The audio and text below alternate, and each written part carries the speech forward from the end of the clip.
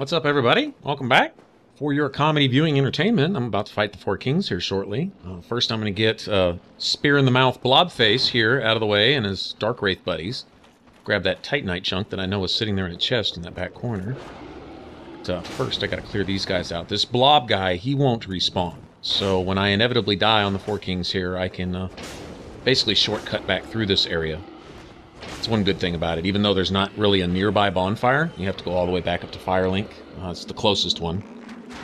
Best of my knowledge, it's the closest one anyway. But there is sort of a shortcut down here once you get back down the elevator and stuff. But first, I'll clear this guy out. Do it the easy way with a bow. Oh wow, really? How many of those do you have up there? Holy crap! All right, like a half dozen of those things. Okay, there should be one more Darkwraith in this room, and then there's another one behind that wall up there. I'm really not worried about that. I've got the blob out of the way. So I'm going to grab this chest, and then what I'm going to do from here, instead of going any farther, I'm going to go back up to the bonfire, go ahead and homeward bone, and go equip some combustions. And this is how I like to fight the four kings. Sometimes I actually make it through on the first try. Then other times, it seems like if I die once, then... like a few of the other bosses. If I die once, I die several times. Or I make it through on my first try. It's one or the other. Yeah. It's either no drama or a lot of drama. But I'm not even going to worry about anything else down here. Now that I've got that Titanite chunk, I'm just going to homeward bone. Back up to Firelink. I believe that's the last place I stopped. Yep.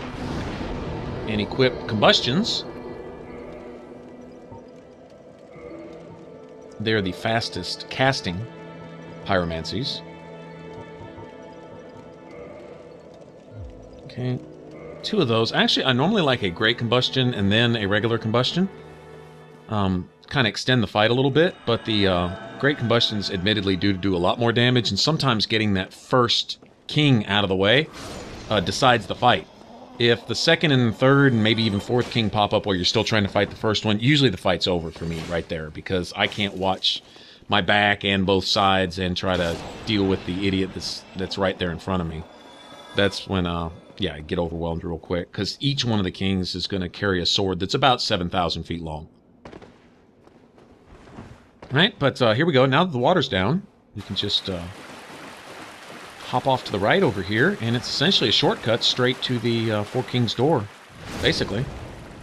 Get a couple Darkwraiths in between, and dying a few times really isn't so bad, because not only is this shortcut not too terribly long to take, but there's a few Darkwraiths to be had in the process, and some Titanite chunks. So these guys will drop them. So, anyway. Now, one thing is these ghosts will respawn each time also. Sometimes it's 2, sometimes it's 3, but you can run past them, run straight through the door, but what I'm going to do here is summon the Witch Beatrice. For a reason, is if you summon her here and let her fight with you, then after the Four Kings fight is over, you can go down there to the Valley of the Drakes and go find her whole set, including her catalyst. And I believe her catalyst, you need that for the weapon achievement. So even if you don't feel like having her in your party, and usually she's not a whole lot of use, sometimes she'll get busy with her magic and actually help you out. But a lot of times she'll kind of stand there, and all she essentially does is makes the bosses have more health. She actually makes the fight harder. So actually it might be easier for the most part to do this solo. I'm going to summon her so I can get her stuff. You can get her hat and her robe and all that, and doesn't really do much for you. I think maybe one of her pieces of armor gives you extra castings. Maybe. Like her hat. Maybe give you, like, I don't know. You know, say combustion gives you 16. Maybe with her hat on you could get 20 or something, or 18. Or maybe something like that. I don't really remember. But I don't recall there being much benefit at all to her little setup. Now, for this first trip, I'm going to go ahead and throw the stone armor on. I'm not so much worried about rolling, as the magic defense from stone armor is actually really high. And it's going to slow me down quite a bit, but I'm not so much worried about evading. It's mainly just blocking and using combustion. It's usually how I choose to do this fight. If this doesn't work, I'll switch back. But sometimes I have pretty good fortune on this. It gives me enough poise to not be staggered every time they hit me with one of their big-ass 7,000-foot-long swords. And it also gives enough magic protection to not get one hit by these guys. So, we'll see how this goes. Alright, gotta make sure I got the Ring of Artorias on, too. Switching out rings can be dangerous as you finally get back down here and you're ready to go fight the 4 kings and get your souls back, and you fall straight through the floor because you don't have the Abyss ring on, so... Not that I've ever done that, of course. I mean, of course. Never, ever done that more than a dozen times.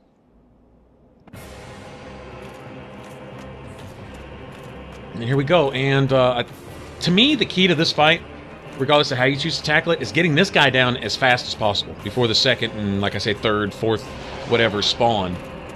Notice that million-foot-long sword there. Yes, it went from 7,000 feet long to 1,000,000 feet long. It seems like it's 1,000,000 feet long when fighting this idiot. But, okay.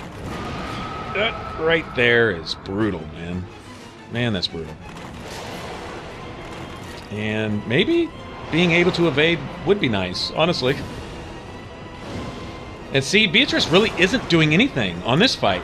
Now, any other time, she might be spamming her magics and all that. Had she been hitting him all along, he'd have been dead already. And honestly, this fight would be essentially over. But no, now I'm mobbed, and she's not helping at all. And this guy just isn't going to die. Wow, that's crazy. It's a good thing I've got a lot of flasks. Okay, so she's going to get in there finally and take some hits, but it'd be nice if she'd just, yeah, do some damage.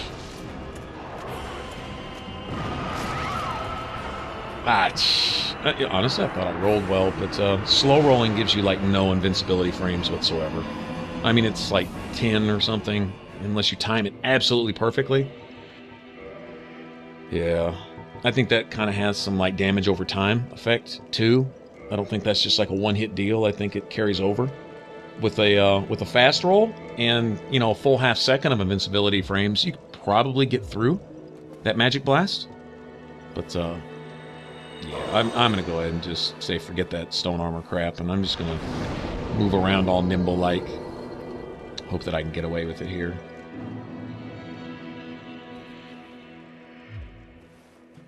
All right. So anyway, I won't suffer you guys through the elevator ride. Get down here and hit the shortcut again, and go back and hear the boxing bell. Ding ding, round 2.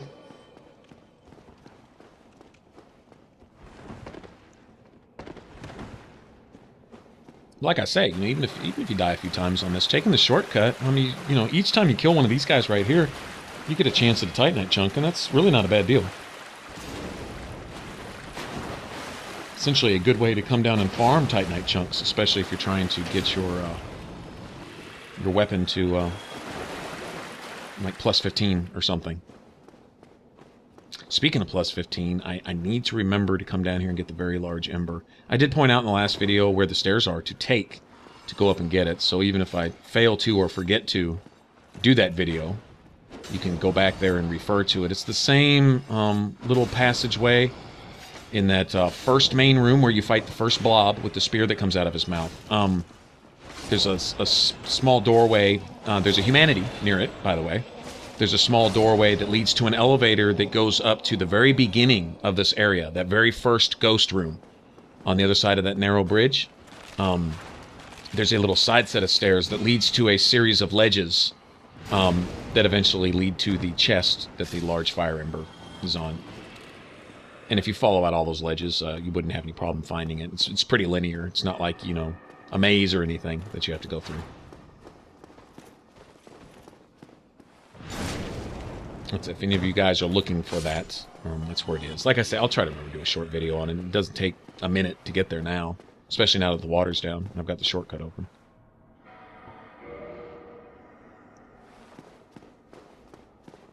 Alright.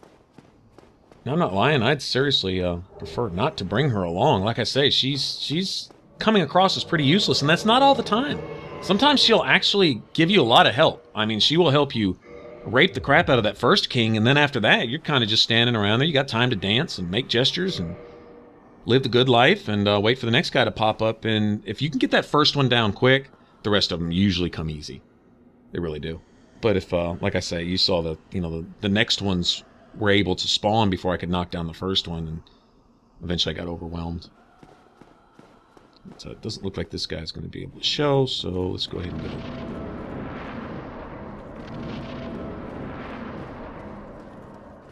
It's also nice if you can go in and draw the heat, and you can summon somebody that has really strong sorceries or pyromancies or whatever, and they can get in there and do some really quick heavy-duty damage. You can make this fight just a no-brainer. And for some it may just be a no-brainer anyway, but most of the players I've known have had trouble with this fight at some point. It doesn't just terrorize me like it used to, but, well, it can be a little tedious. This time right here. Yeah, I guess it's nice to be able to evade a little bit. I get confused. He does the thing where he kind of curls up, and he looks like he's about to do the magic blast, but sometimes he'll reach out and grab you with that attack, and then other times he'll do the magic blast, and I get confused, because they both kind of look the same to me.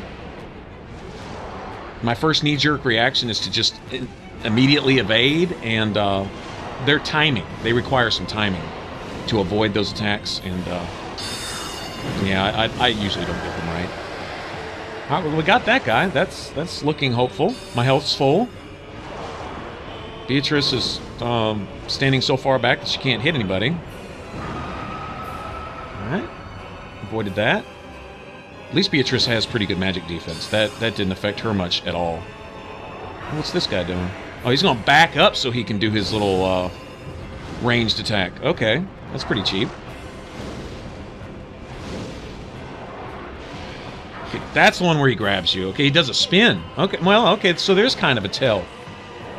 But like I say, at this point in the game, my hand's usually shaking on the controller, and I'm just trying to get through it, and yeah, I mess up on the timing there. It's going to do it again. Nice. Ouch. Okay, flash time. And now we've got more kings. Okay, nice. You want to spam any more of that? Okay, Beatrice is dead. Well, well, I don't know if that's necessarily a bad thing. We've got 2 kings up, and we're about to have a third. Well, maybe I do have some hope here.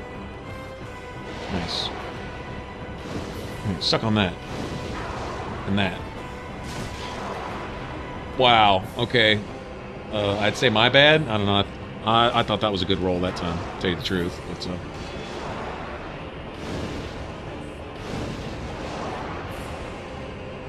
it's hard not to get greedy and want to just do some real damage to this dude.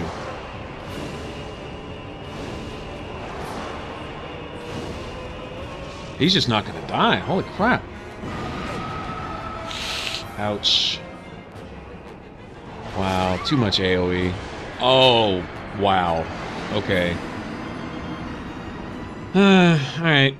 BS on that one. BS on that one. Anyway.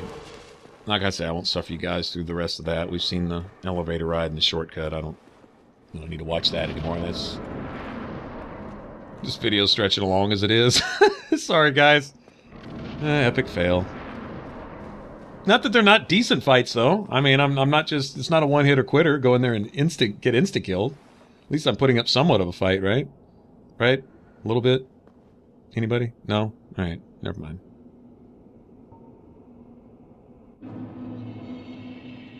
And I didn't pick up my souls from that first death either, so that puddle over there is really going to have nothing in it.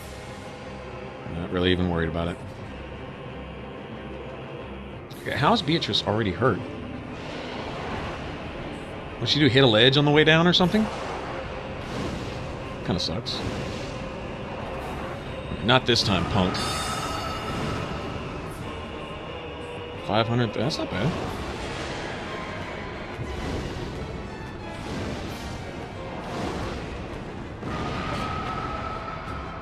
Yeah, I got greedy. Got greedy.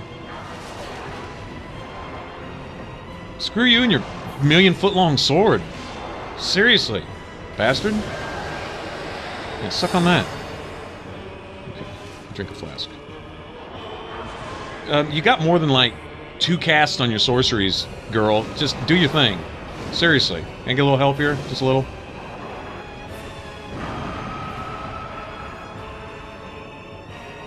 It's nice to have a lot of stamina. You can just spam the crap out of your evade, right? Like that? Like that ninja maneuver there? I love his nice, safe, slow overhand swings. Those are my favorite. And that one's not too bad either. Easy to evade. Alright, well, we're past halfway, and I still got Beatrice with, like, a sliver of health.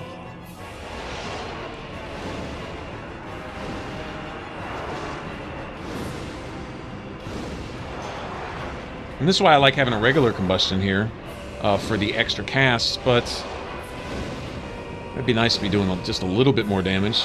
Knock these guys down a little quicker. See, that's where poise comes in handy. And now it's mono v mono with the sword, I guess.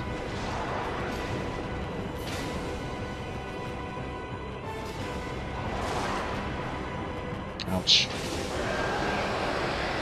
Huh? Like that? I got a sword too. Of course, mine's not near as long as... I want a copy of his sword. From what I understand, in the original print, in the original coding, this game was supposed to have a version of that sword. It's pretty cool. I wonder how it would act. Like a large curved sword or a great sword? Kind of curious how they would have made it behave. I mean, it has a curved sword feature, I guess. Like a very large katana. I guess with the Moonlight Sword being able to cast sorceries, in a sense, they decided to leave this one out.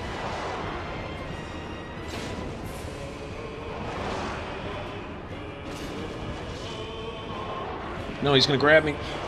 Wow, a nice range on that grab.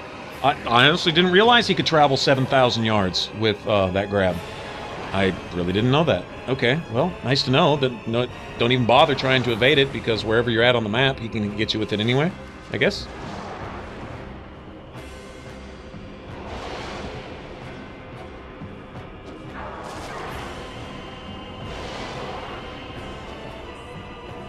Wow. I missed. Just die! Die, bastard, die! Oh no. If I die right here, this is gonna suck so bad. Okay, let me just roll. Get out of here. It's that one way over there that I want, though. I know it doesn't matter who I do damage to, but I want that one in particular. Come here, you sissy. Oh, what? So cheap. So cheap. Huh? Like that? Okay, well, screw that one then. This is artificial difficulty here, guys. Artificial difficulty. Right here. I can roll more than you can, bitch.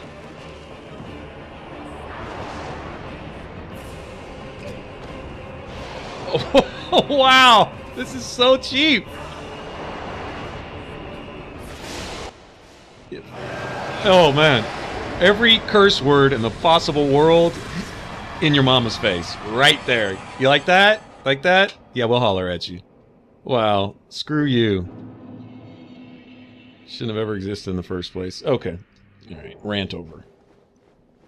Yeah, it was cool until all that at the end. Yeah. And I won anyway, so yeah, I'm actually feeling kind of good about that. Let me bow my chest out a little bit. Feel badass about myself for a moment. Hit this bonfire. Alright, so now we see the other worm, and since we didn't talk to the worm up above after we got the Lord Vessel, now we can give it to this guy instead, and we can join the Darkwraiths. If you talk to the other worm first after you get the Lord Vessel from Analondo, this guy will never appear for you, because you essentially have to deliver the Lord Vessel with the other worm. Warrior, I am the primordial serpent, Darkstalker Calf. I can guide thee and illuminate the truth. The truth I shall share without sentiment. After the advent of fire, the ancient lords found the 3 souls, but your progenitor found a 4th, unique soul, the Dark Soul.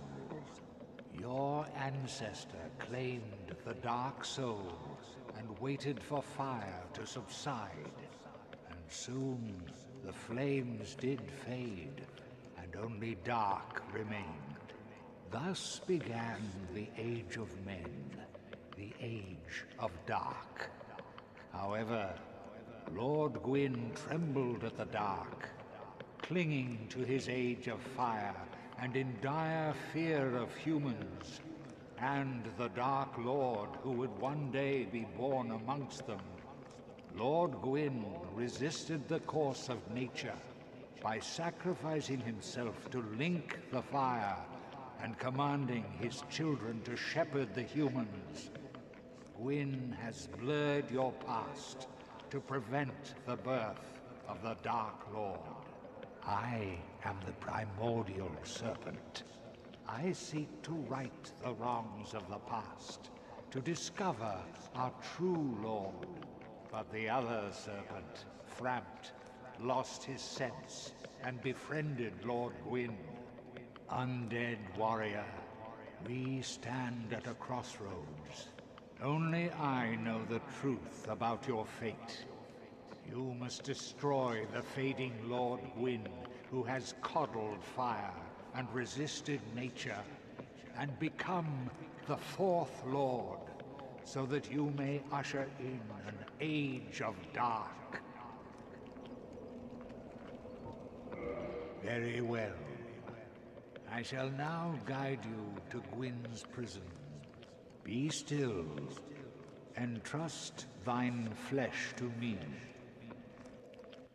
Now, if you bother to, you know, wait to deliver the Lord Vessel and talk to this guy, as we just saw, you actually get a lot of Dark Souls lore there. I mean, gives you a lot to think about if you play through the rest of the game and see how, you know, the other NPCs and lords and characters and stuff play out in the lore. A lot of it's just found just by simply, you know, discovering the history of an item like a sword or a shield, or listening to characters like this.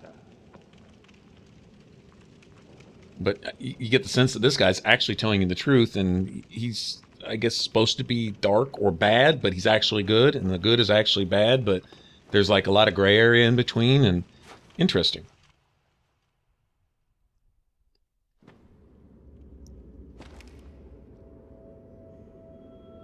As we see, my character has cute feet.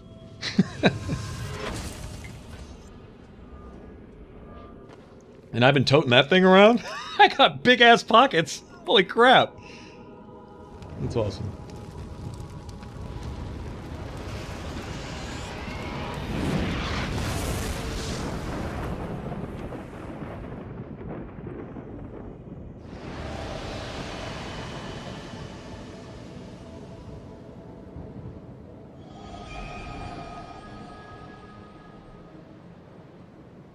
Alright, that's to Nito. That's where we'll be going next, to Seath. And then that's to Izalith, to the Bed of Chaos. Alright, and we could not get past those golden doors before. They were not the same as a fog door, but now they'll just be regular fog doors. So we're good. Well, actually, the one to Nito, that gold door is there. There's actually not a fog door there, where it showed that one disappearing. That's just a passageway that leads to his actual fog door. Souls, the gate to Gwyn shall open. Seek Gravelord Nito, the Witch of Izalith, and the traitor Seath the Scaleless. Fill this vessel with their souls, then the gate will open, so that you may kill Gwyn. Are you okay, now at the Then let us return to the abyss. Right on. Okay, now at the beginning we saw was Nito and Izalith and Gwyn and Seath that rebelled against the dragons, right, and ushered in the Age of Fire. Of course, the fire's fading. All right, so we go kill those 3 of them to open up the door to Lord Gwyn, which is the last of them. But somehow us being a Dark Soul plays into that also, that once we're done with Gwyn, we can choose to either sustain the fires or leave them out for good or something. Dark Lord. It can preserve your humanity while undead and cast off the shackles placed upon your brethren.